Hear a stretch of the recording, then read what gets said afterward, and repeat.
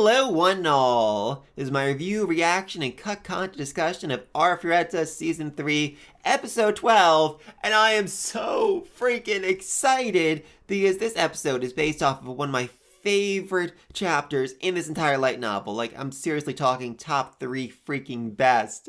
Oh, this is gonna be good! And, first third, roughly 30% is going to be focused on Hajime fighting his own demons. Awesome fight right there. But the rest is focused on best girl, Shizuku. Oh, I can't wait. I freaking can't wait.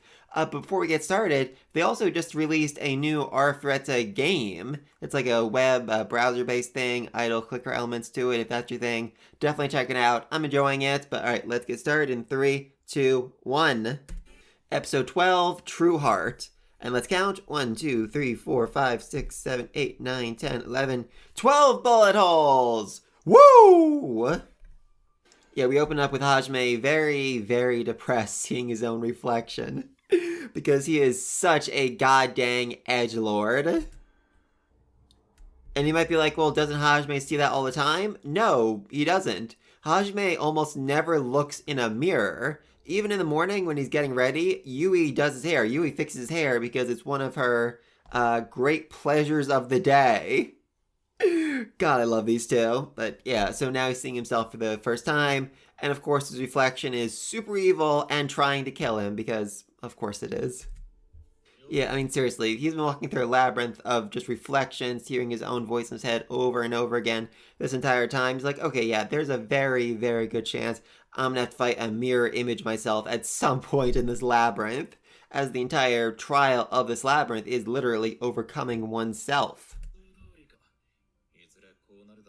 Oh yeah, exactly. Koki literally said, my reflection, it smiled, but I wasn't smiling. Even though Koki was like super upset, like, oh, nobody's believing me, nobody's listening to me, they would listen if it was Hajime. Hajime did actually believe him. Hajime's thinking to himself, okay, this kid is crazy, I know that, but that also seems like something that would happen in the labyrinth, so I'm going to, take his crazy, insane ramblings to heart.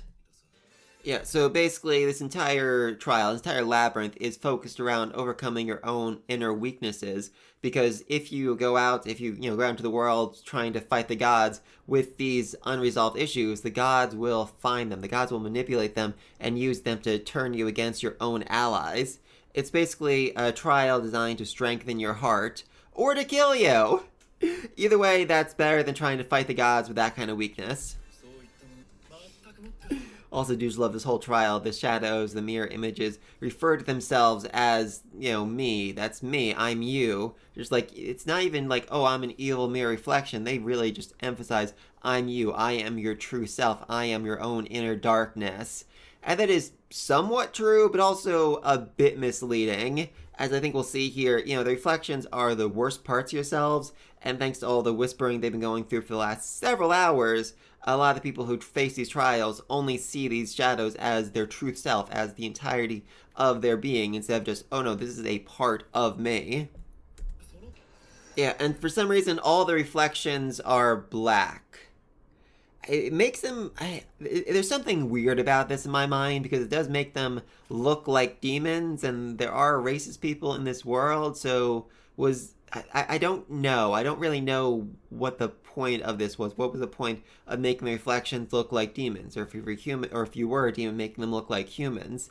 Is that supposed to make... I don't know. That feels like a very weird element to this, and I can't quite wrap my head around it. If you have any ideas, please let me know down below. But anyway, though, I do find it a bit funny that his reflection does have, like, his natural hair color.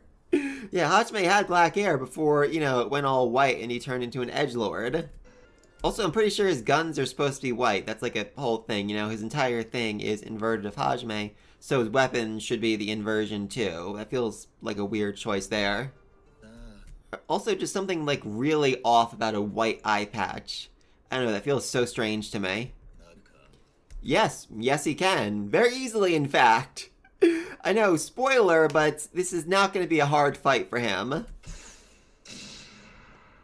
Love that. Yeah, it's basically so much of this fight in the light novel. It's like matching attacks one for one, hitting exactly the same move as your opponent does, because your opponent is, in fact, you.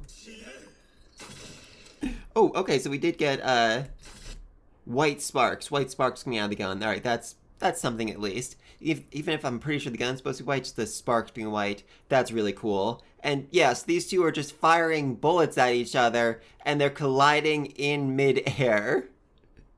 That is what these two are capable of right now, firing a bullet with such precision that it hits another moving bullet. Not just once, again and again and again. God, I love these two. Here we go. Now come the mind games. Because not only are you facing off against a reflection of yourself, but a reflection who just keeps taunting you the entire freaking fight. And if you let him distract you for even a single second, he can get the upper hand and land a blow on you. And that's the real issue, I think, with this trial. Basically, if you're fighting an exact copy of yourself, and they manage to land in just one blow, one serious blow that slows your movements down a little bit, that's basically game over. It's really, really hard to overcome that and manage to, beat someone who is your equal when you are less than them. Yeah, here we go. So this is like the entire point of this trial for Hajime. His entire purpose, his entire driving force is to get back home to Japan, but he is a magical murderer who has literally killed hundreds or perhaps thousands of people. Will he have a place back home? Will he be able to go to his parents and say what he's done and have them be like, oh, it's alright, son, as long as you made it home? Or are they going to be like, no, you're a magical murderer, get the freak out of here, we have no son, go live in the woods or get hunted by the government or something, just get out, just get freaking out. That's a genuine concern he has, and oh god, I'm still genuinely taken about this. But in the first season, there should have been a scene right after Hajime met Shia, where he murdered a platoon of soldiers who had come to, capture Shia and her family and sell them into slavery, and also then threatened to have their way with Yui while they forced Hajime to watch. So obviously he had to kill them all, but that was the first time he ever killed a person, and afterwards, he was bothered. He was shaken about how little he felt, how little it bothered him to take so many lives, how he could murder even those who were just on the ground begging for mercy, begging not to be killed without a second thought, and that just left him really shaken. Though importantly, there's also extra story or side story. I can't remember what volume it's in. It's my favorite though. Somewhere in the light novel. It's called 7 Tips to Survive Being Summoned to Another World or something like that. And basically the first 6 are just trope things. It was a list made by his parents. They put on his phone because they thought it'd be funny. And for some reason he wasn't able to delete it because yeah, they are really hardcore about their pranks. Anyway, though, so we get summoned to another world. It's like, oh yeah, they gave me this list. Let's see if there's anything useful on it. And it's typically tropes like, oh, the person who's the weakest is secretly the strongest, aka Hajime. The assassin is the second strongest, aka Endo, who is, in fact, incredibly powerful and very skilled. And the last line was literally, come home. Do whatever you have to do. We will forgive you. Just come home. God above, that made me cry. That genuinely made me cry. Like I said, though, that is a side story, extra story, so it is arguably canon. It's not going to be brought up here, but Hajime's parents are like, hey, if you do got to kill people to come back home, we will accept you. That's just who they are as people. They are just so chill, and they love their son so much, and I'm rambling for too long. Someone actually commented on my last video saying, talk less. I responded, never, and that is especially true of this episode. I'm going to talk way more than normally because I am so freaking excited. Anyway, let's start up again. I will say though, as weird as I think a white eye patch looks, inverted Hajime does look pretty awesome. There's something about him that I think just looks better than normal Hajime, but I can't quite place it. Yeah, exactly. When Aiko said at Lake Hajime, if you continue along this path, you'll end up miserable and alone. You won't find happiness. That left Hajime genuinely shaken as he's like, oh, God above. Sensei just figured out my exact fear, my exact weakness. Okay, I'm going to start listening to her. I'm going to start doing what she says. And that's the reason why, he saved the people at Lake he fought the monsters, he saved Miyu, he saved the classmates. All the good things in his life right now, besides Yui and Shia, are because of Aiko, and he just respects her. He has so much appreciation for what she's done right there, and he'd do almost anything to help her because of it. Aiko really is a great teacher. I love her. Even if she is sorta kinda in love with one of her students. Yeah, Japan isn't really all that accepting of murderers. I mean, I don't think any country really is all that much, but Japan especially. There's actually a manga I read recently, I forget the name of it, it was so depressing, where basically the main character killed a man who had done awful, terrible things to his younger sister. He went to jail for it, and when he got out, everyone called him a murderer, a killer. They were disgusted by him, even though I'd say what he'd done was fairly justified. Fairly justified, at least, from an American. Seriously, if he did that in America, he'd get a standing ovation in the courtroom. We are a strange country over here. Again, this goes back to the scene I was mentioning before. The scene where Hajime killed the platoon of soldiers. It doesn't really make a whole lot of sense for, it to be brought up in the anime, because by the anime standards...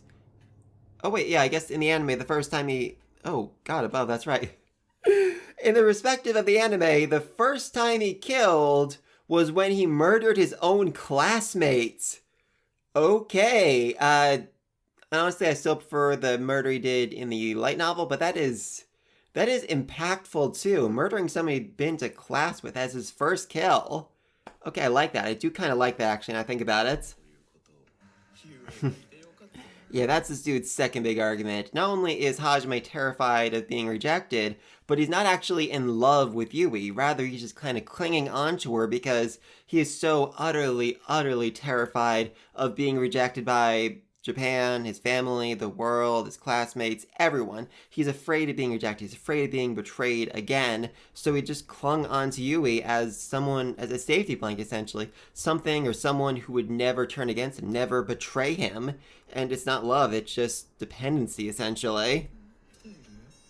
There we go, yeah. So is it actually love or is it dependency? That's what he's trying to bring up. And it's not necessarily the fact that this is true, but rather it's something that Hajime has thought of before, Hajime has worried about before, and something that can make Hajime really question himself. Or at least the copy thinks.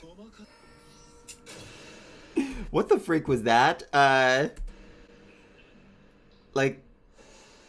Okay. That is kind of what happened in the light novel, but... alright, that was just very, I think, poorly animated. Like, I get it, the guns were shot out of his hand. The dude went to fire at him, but by that point the guns were very far away. They'd flown very far away, so I don't know how he managed to catch them again. I mean, again, this is how it's described in light novel. Basically, Hajime caught the gun with his pinky, twirled it around, and then fired it at the dude, but I did not like how that was animated at all. There we go. Like I said before, in this trial, if you can get just a slight advantage over your copy, that's basically it. You win because, you've hurt him. He's not fighting at full capacity anymore. Therefore, you'll be able to outmaneuver him, counter him, and defeat him. Huzzah! Yeah, so basically, Hajime is just ticked off that his copy is focused too much on yapping and talking, and not on, actually trying to kill his opponent, which is Hajime's whole philosophy. Yeah, exactly. This is Hajime. Hajime is a man with a will of god dang freaking steel. He's pushing forward towards this goal, fully aware that the goal might not even exist. The place he wants to go back to, his home, where his family's waiting for him, might not exist anymore. It might be a place where he is utterly and completely rejected, but he refuses to stop pushing, refuses to give up. He will make it back. He is, god dang determined. He will 100% do it.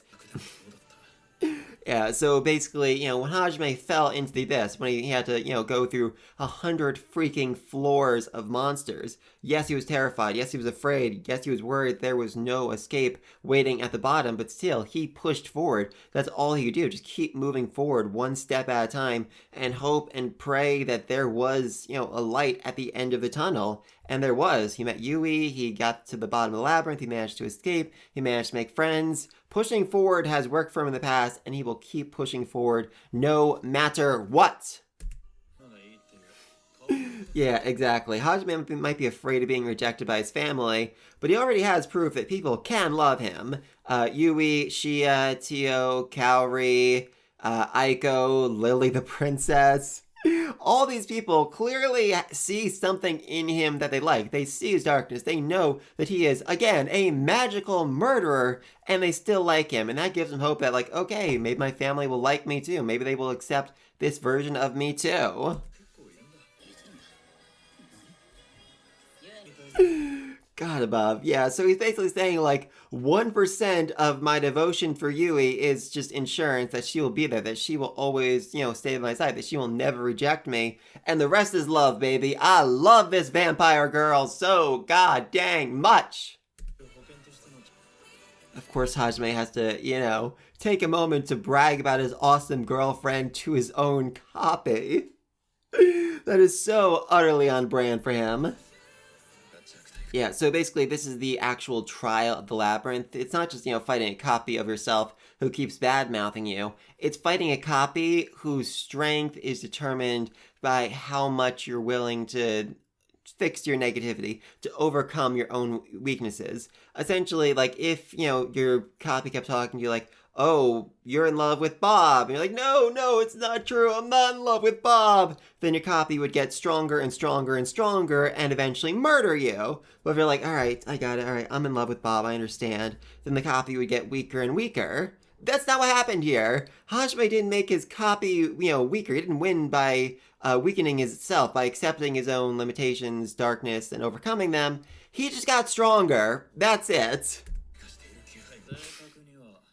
Love that line. Absolutely love that line. Light Novelty says, technically you're me from before we started fighting. So basically, Hajime didn't make the copy weaker. He just got stronger. He saw himself, was able to, carefully observe all his own fighting maneuvers by watching the copy and realize, like, oh, that's inefficient. Oh, that could be better. Oh, I have a, slight tick there that can improve. I can, do this a little bit better. He found his own weaknesses, and he found the weaknesses in his own fighting style and managed to overcome them mid-combat while being constantly insulted and having, his own worst fears thrown at him. That is who this man is. He is truly and absolutely a monster. In fact, when he says this, his own copy starts looking at him as if he were a monster, because that just ain't human right there. Oh yeah, line right here. It trembled in fear and looked at him as though he were a monster. God above, I have habits or useless movements without me noticing. Yeah, he realized, like, oh, that's not good. Oh, that could be better. Oh, why did I leave myself open when I fire like that? And now he doesn't have those weaknesses. He used this as an opportunity to train and improve and get better. And it's just such an utterly Hajime thing to do. I'll smash that annoying face of yours.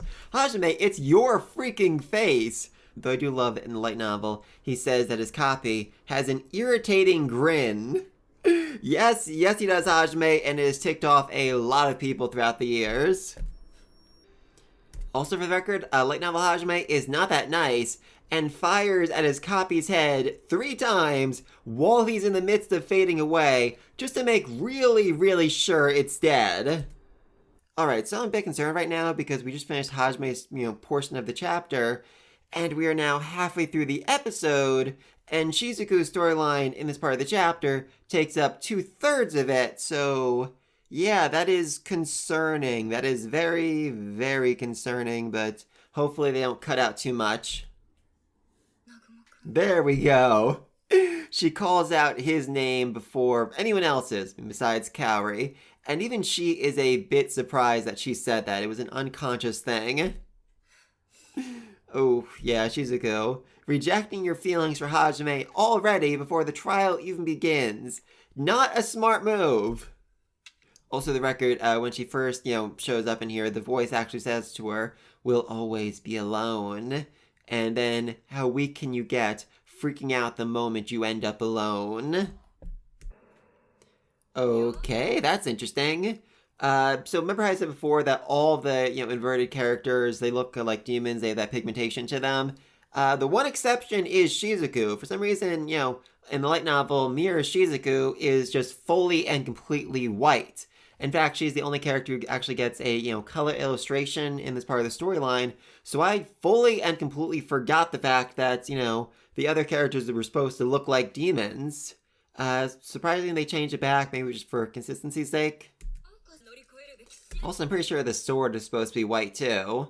I guess the handle is, but I'm pretty sure the entire sword is supposed to be white.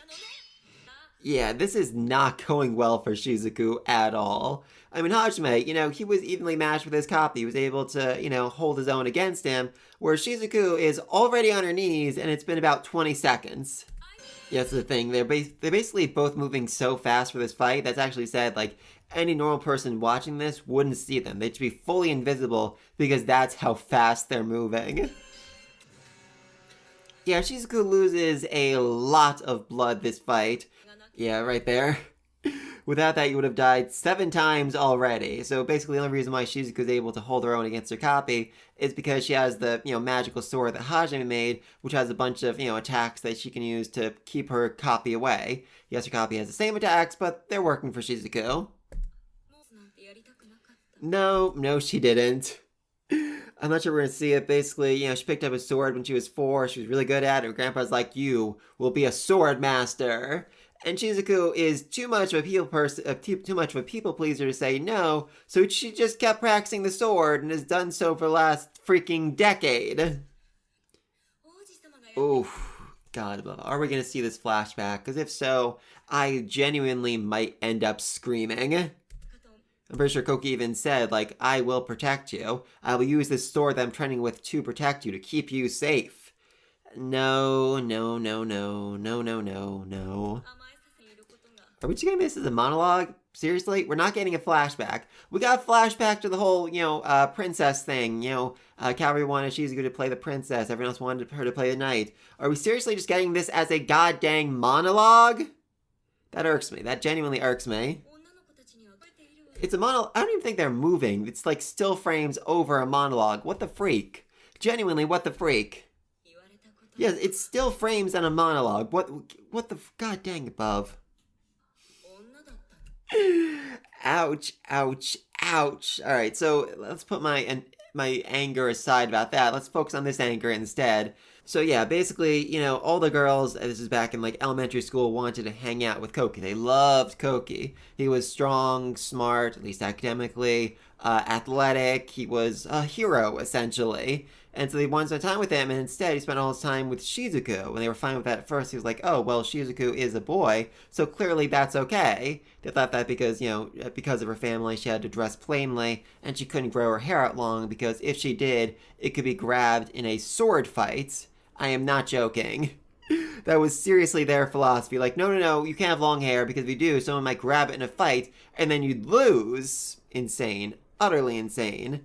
For the record, the only reason why Shizuku can have long hair now is because Kaori actually found out about this, went to Shizuku's grandfather, the scariest looking man in the whole goddamn world, and screamed in his face for quite a while everyone in the dojo just kind of stared in slack-jawed awe.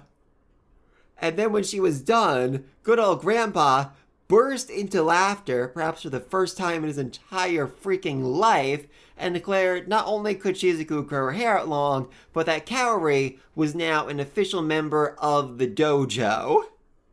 Love those two. Anyway, though, so then the girls in class found out that Shizuku was actually a boy, and they were even more ticked that Koki was hanging out with a girl who looked like a boy. Wait, no, they found out that Shizuku was a girl, not a boy. I might mess that up, but either way, they were jealous and angry that, Koki could hang out with them, who were all cute and pretty, and instead chose to hang out with Shizuku, who looked like a boy.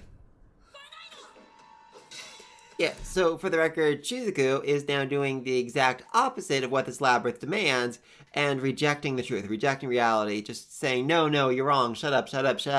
And that's just making her copy stronger and stronger and stronger. Oh no.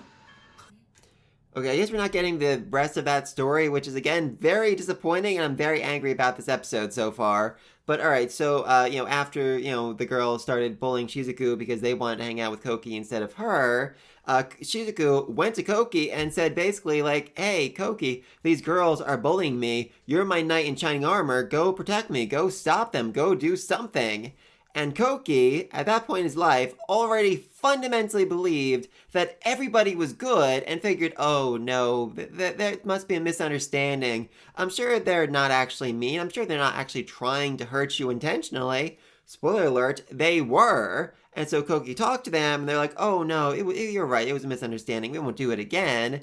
And then they kept bullying her, just, in ways that Koki couldn't see. And when she again went to him and said, hey, they're still bullying me, you did nothing, Koki's response was quite literally, oh no, they said they'd stop, therefore they stopped.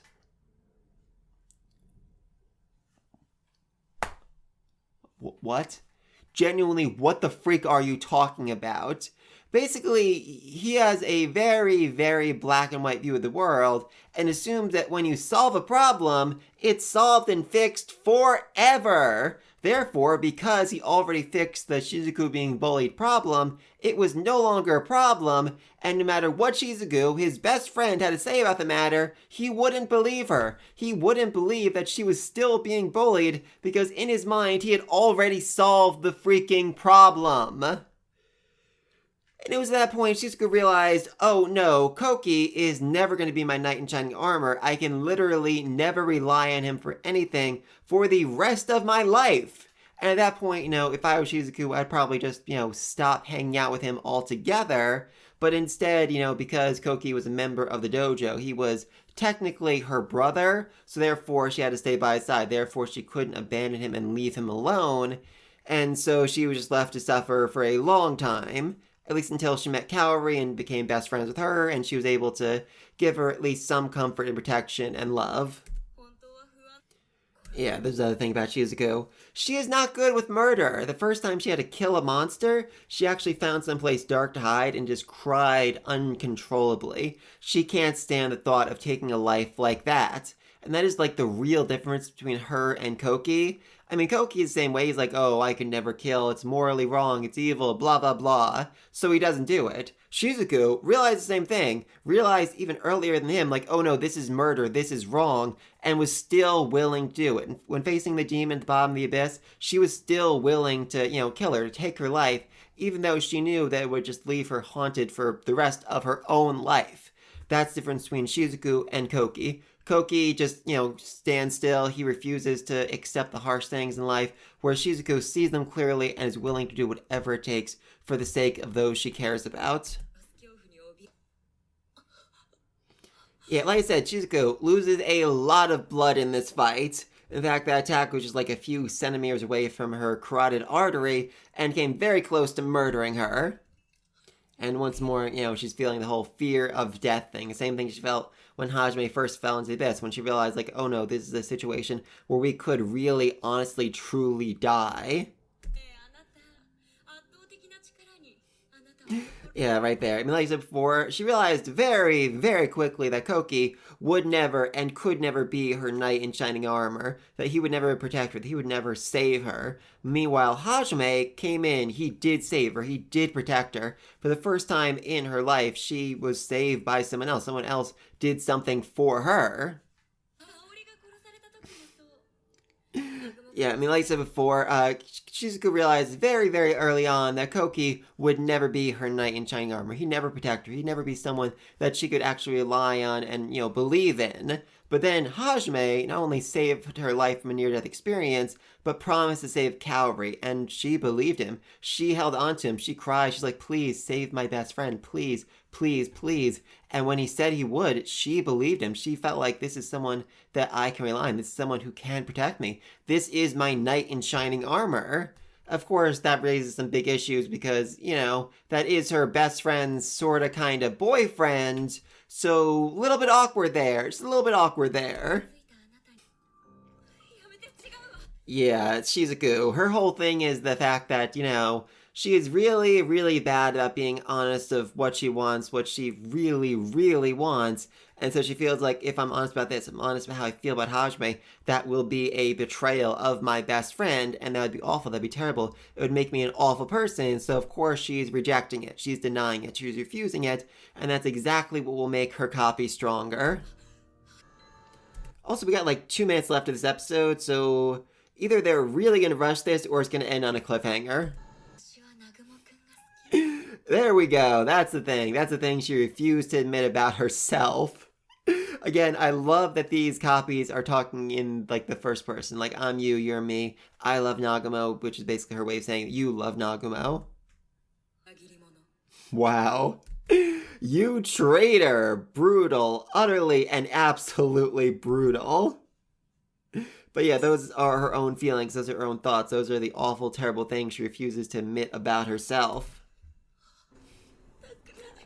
Yeah, that is genuinely the first honest thing she said in this entire fight. She doesn't want to die. She doesn't want to face these life or death struggles anymore. She just wants to go back home. She wants to go live an easy life as a pretty pink princess. Oh, poor Shizuku.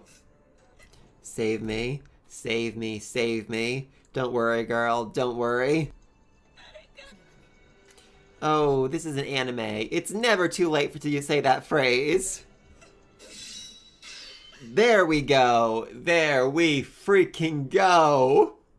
Okay, I know I've been a little bit disappointed in this episode, but this scene, oh, this is beautiful. Exactly.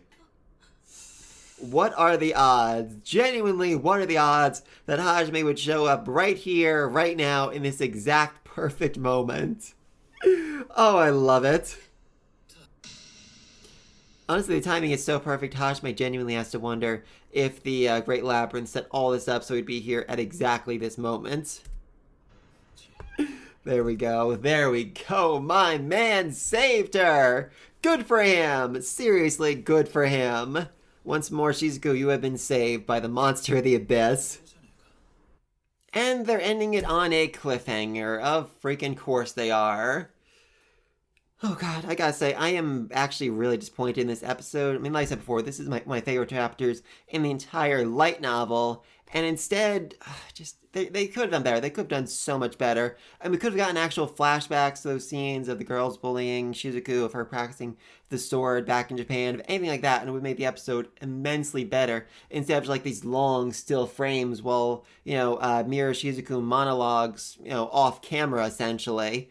That was, oh god. Or even just like flashbacks to the actual anime. Like she talks about how, oh, Hajime saved you when you were fighting the demon. Show that freaking scene of Hajime saving her. Or like, oh, you clung on to Hajime when he promised to save Calvary. Show that scene of her clinging on to Hajime. That would have been better. That would have been so much better and cheaper than just drawing a still frame. I don't know. I really don't know what they were thinking there. That was bad. It makes me very disappointed, very worried about. It leaves me disappointed and worried about the rest of the season. Also, even the stuff we did get, like the monologues, cut out a lot of the important, conversations. Like Shizuku's copy said, you never wanted to practice swordsmanship, did you? The story behind that is basically that when Shizuku was 4 years old, her grandfather handed her a wooden sword as basically a joke, and she was immediately good at it, to the point where everyone kind of looked like, what the freak? This is her first. She's 4 years old. It's the first time she's had a sword. How is she this good? And that was, as Shizuku said, the only time she could remember her grandfather smiling. So after that, she just, decided to practice swordsmanship religiously for the next decade because she couldn't let her dojo down. They had high hopes in her that she would be like a #1 ranked swordsman in Japan, and she had to live up to those expectations. And then, I mentioned before, like the whole Koki thing, he refused to help Shizuku against the bullies because in his mind, the bullies had already been stopped. And she realized then, oh no, I can never rely on Koki again. He will never be able to support me. He will never be able to help me. He will never become my knight in shining armor. But Hajime is. Hajime literally saved her from near-death experience right here for the second time. Seriously. Seriously, the ending scene, it shows a shot of Shizuku practicing in the dojo. Why could we have not seen that in this episode? Just make this a little less granulated and just stick that in there when, the copy said he never wanted to practice the sword. That would have been better. That would have been so much better. Alright, next episode. Thank God she's still a Holy Mother of God above. I love it. I absolutely love it. I can't remember if that's actually the name of the next chapter of the light novel. I need to start reading volume 10 now, but God above, that's such a weird way to end things after the ending we just got of Hajime saving Shizuku. But alright, so we're in a weird spot right now because we have 4 episodes left to cover all of Volume 10 and the last half of the chapter of Volume 9. So it's going to be a little tight, and based off this episode, I'm expecting to see a lot of things get cut moving forward, which will be disappointing, but they kind of need to do that if they want to make it to the end of Volume 10, because without spoiling anything, there are a lot of fights in Volume 10, and it ends with a rather lengthy epilogue that wraps everything up, so that should be an episode in of itself entirely. So we basically have 3 episodes to handle the entire rest of this labyrinth, meaning, Shizuku's fight, Chiyo's fight, Cavalry's fight, Yui's fight, Shia's fight, Suzu's fight, and Koki's fight. 7 fights in 3 episodes. Oh boy, that's gonna be rough, and I can feel myself losing my voice. So let's end things here. Let me know anything down below. What did you think of this fight? Were you disappointed? Which fight did you like better? And until next time, peace!